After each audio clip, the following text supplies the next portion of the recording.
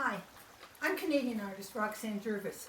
This is the second video of a series I'm doing about paintings that I've done over the last 45 years. I'm going to talk about the Goderich salt mines, some of the history, all about the location, why and how I chose to paint it.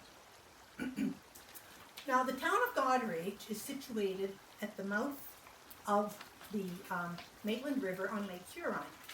It is a really interesting town.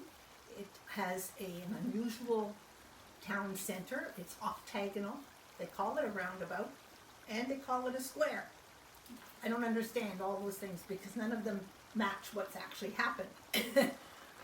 But they have a lovely little town. And to get to the lake, you have to go down a road that was cut out of the sheer rock along the shore. It's the only way down to the beach and to the harbor itself from the south side of the Maitland River.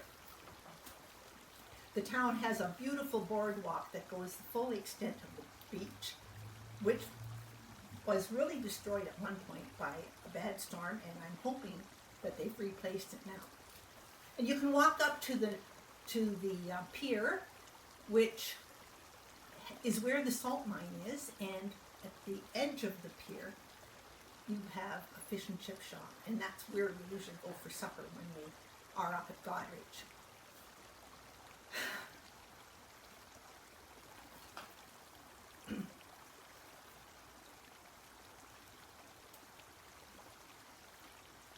Some of the interesting notes of the salt mine. Did you know that in 1866 a massive ancient of salt deposit was found 900 feet or 300 meters below the surface? And for over 50 years, Sifto Canada has been bringing salt out, and it produces nearly 9 million tons a year.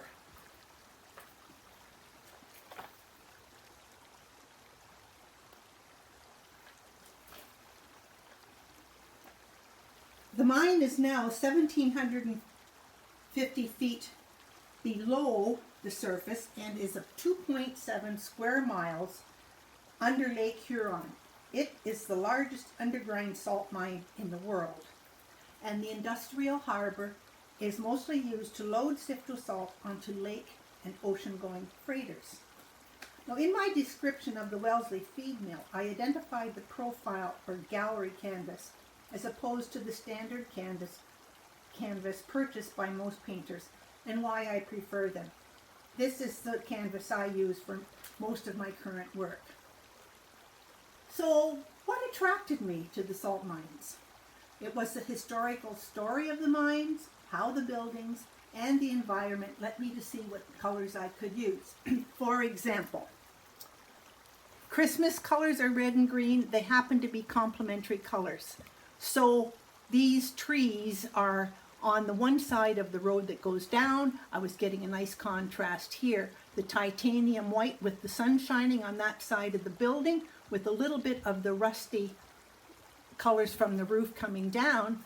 And then the ultramarine blue and the cerulean blue in the water, which brought myself into the shadow side of the buildings. I just felt it was a really, really good way for me to paint the painting as I like to see it. Now, in my original photo, there were two freighters along the side here, and these buildings did stretch on and on. So I decided to pick part of the one freighter and focus on this part of the building. But I couldn't go in the water to get the shot, so we had to take the road up here through the town square,